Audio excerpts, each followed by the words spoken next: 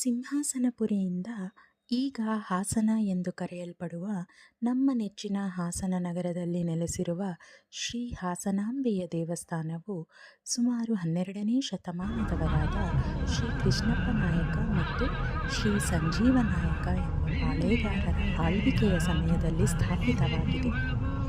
ಕುದುರುಗುಂಡಿಯಲ್ಲಿರುವ ಕ್ರಿಸ್ತ ಶಕ 114ನೇ ವೀರಗಲ್ಲಿನ ಶಾಸನದ ಪ್ರಕಾರ ಕೃಷ್ಣಪ್ಪ ನಾಯಕ ಕಾರ್ಯನಿಮಿತ್ತ ಪ್ರಯಾಣ ಹೊರಟಾಗ ಅವನಿಗೆ ಅಪಶಕುನವಾಗುತ್ತದೆ.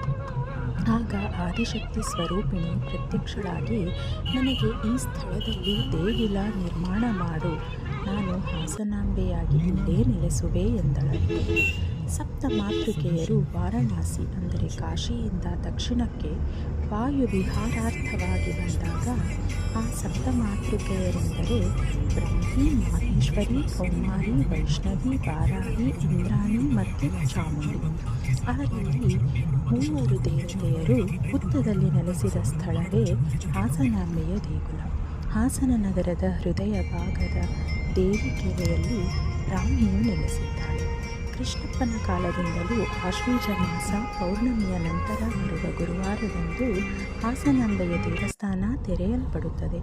ಗರ್ಭಗುಡಿಯಲ್ಲಿ ಹುತ್ತದೋಪಾದಿಯಲ್ಲಿರುವ ಆದಿಶಕ್ತಿ ಸ್ವರೂಪಿಣಿ ಹಾಸನಾಂಬೆಗೆ ಹಿಂದಿನ ವರ್ಷ ಹಚ್ಚಿಟ್ಟಿದ್ದ ದೀಪವು ಆರದೆ, ಮುಡಿಸಿದ ಹೂ ಬಾಡದೆ ಹಾಗೂ ನೈವೇದ್ಯಕ್ಕೆ ಇಟ್ಟಿರುವ ಅಕ್ಕಿಯು ಅನ್ನವಾಗಿರುವುದನ್ನು, ಮೊಸರನ್ನ ಹಳಸದೆ ಹಾಗೆ ಇರುವುದು ನೋಡುವುದೇ ಒಂದು ವಿಸ್ಮಯ. ಇದರೊಟ್ಟಿಗೆ ಸೊಸೆಯೊಬ್ಬಳು ಮನೆಯ ಕೆಲಸ ಬಿಟ್ಟು ದೇವಿಯನ್ನು ಕುರಿತು ಧ್ಯಾನಮಗ್ನಳಾಗಿರುವಾಗ ಆಕೆಯ ಅತ್ತೆ ದೇವಿಯ ಎದುರಿಗೆ ಇದ್ದ ಚಂದನದ ಬಟ್ಟಲನ್ನು ತೆಗೆದು ಸೊಸೆಯ ತಲೆಗೆ ಕುಟ್ಟಿದಳಂತೆ.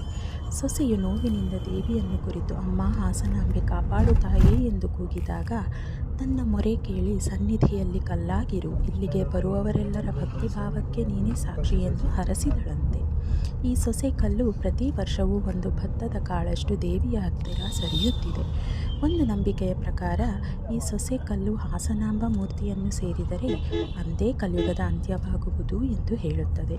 ವರ್ಷಕ್ಕೊಮ್ಮೆ ಮಾತ್ರ ದರ್ಶನ ಕೊಡುವ ತಾಯಿ ಹಾಸನಾಂಬೆಯ ದರ್ಶನಕ್ಕೆ ಸಮಸ್ತ ಜನಮಾನಸವು ಸಾಗರವಾಗಿ ಹರಿದು ಬಂದು ತಮ್ಮ ಜನ್ಮದ ಸಾರ್ಥಕತೆಯನ್ನು ಅನುಭವಿಸುತ್ತಾರೆ.